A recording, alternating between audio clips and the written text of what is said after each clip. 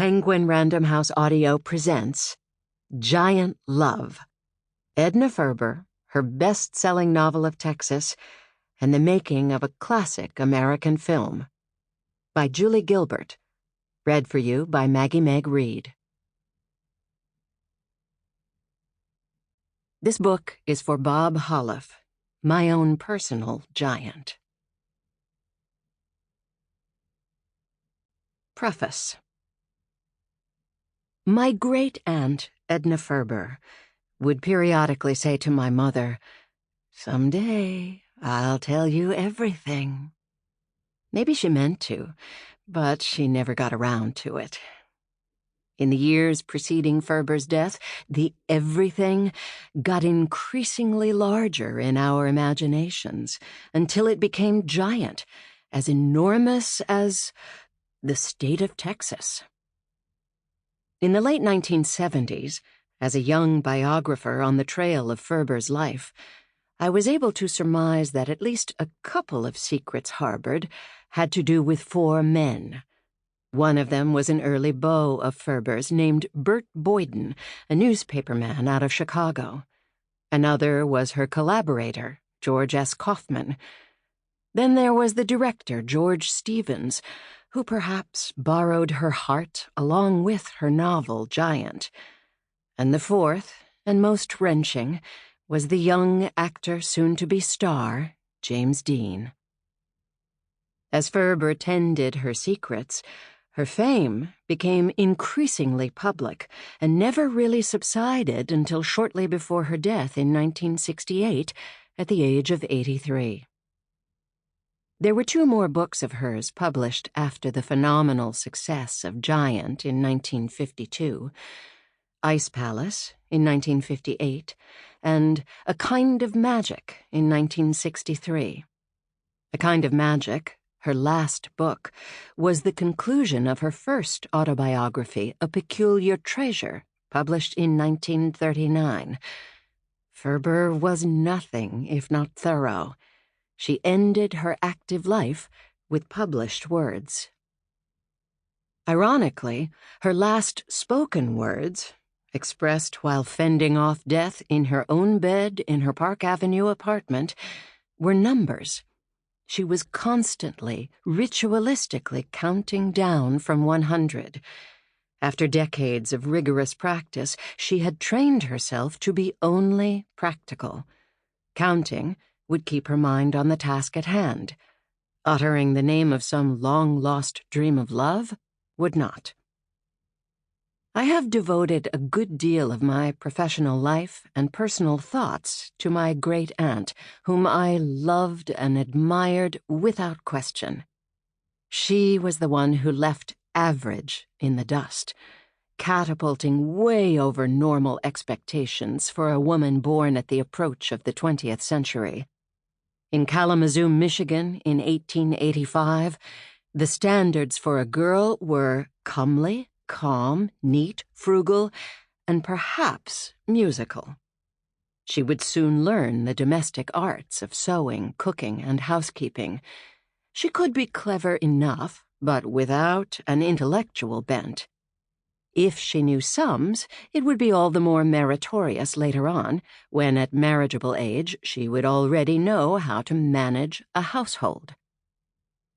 Ferber took early stock of her role in her immigrant American dream family. Her mother, Julia Newman, was a dominant, high-spirited, intelligent beauty, born in Milwaukee of Jewish-German heritage. Her father, Jacob Ferber, was a gentle, hard-working, patient man who had emigrated from Hungary with his parents when he was 17 years old. Her older sister, Fanny, the pretty one, was graced with domestic virtues, seamstress, cook, decorator. No one was particularly passionate about the arts. All were average readers. So because there was ample room, Ferber became the Sarah Bernhardt of the family. Not only did she have a flair for and love of the theater, but she was a voracious reader and an energetic writer. Stocky, with blunt features and unruly hair, She had a gift for people, language, and communication.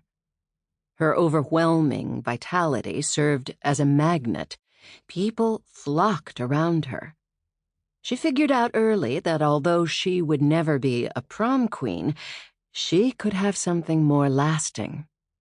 Her looks seemed relatively immaterial to her and to others. As her inner life became increasingly more colorful, her curiosity more rewarding, and her strivings more applauded. She was one of the most popular girls at Ryan High School in Appleton, Wisconsin. She was editor-in-chief of the school newspaper and yearbook. At 17, she was already experiencing a keen sense of herself. But her young life had a downside. Ever since she was born, her family had been nomadic. Dry goods was the Ferber trade, and they moved the location of their store several times, always touching luck, yet always with the wind at their backs. Although a good deal of the Ferber-Newman clan had settled in Chicago when they left Hungary and Germany, Julia and Jacob had set down a stake in Kalamazoo when Julia became pregnant with her second child. She had counted on having a boy and had already chosen Edward Victor as his name. She was convinced that a boy would complete her family. After the delivery, Ed was reluctantly changed to Edna. After 6 years of their store being solvent in Kalamazoo, Jacob had a vision of relocating to Chicago and opening a store in the limelight of the World's Fair. The venture went flat, and the family migrated to Ottumwa, Iowa, where supposedly they would flourish once more.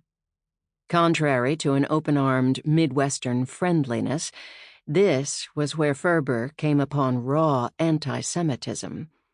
Every day as she walked to school through the cornfields, she would encounter a little golden-haired girl sitting atop a fence to one of the farms who would bray at her, "Sheeny, Sheeny, Sheeny." This happened every school day for what seemed like years. Adult males as well rained verbal abuse upon her and her family, even spitting on them and yelling taunts in a mock Yiddish accent. Although at the time Ferber had no defense, no retorts, she was able to build up an arsenal of outrage against any and every kind of prejudice. It became a battleground within her. She had to consistently expose, examine, and attempt to disarm the scourge of racism. The family's fortunes flagged in Ottumwa, and so in 1895, they were on the road again. Years later, in retrospect, Ferber sounded wise about her family's diaspora. If this did not make for assurance, it definitely did give variety and tang to existence. In these ever-shifting scenes, there were elements of excitement, of drama. As the English saying goes, what you lose on the swings, you gain on the turnabout. All this shifting geography meant that constantly I was leaving childhood playmates, girlhood friends, having to form new human contacts, make fresh adjustments, fitting the viewpoint to the new view. With this, the child and the girl and the young woman frequently knew loneliness and sometimes fear and a nameless depression. But just as frequently, it was challenging and tough and educational. All this uprooting and readjustment may have been frightful for my psyche, but it was fine for my later life as a writer. The next stop was a fortuitous one. In Appleton, Wisconsin, it all fell into place for a while. The dry goods business, called My Store, flourished, as did the girls. Fanny was, as ever, pretty and handy, and Edna earned the smart and popular title in the traditionally challenging high school years. She treated being editor of her school paper and the yearbook with an easy, sunny competency, and right after high school she took courses at a junior Sample complete. Ready to continue?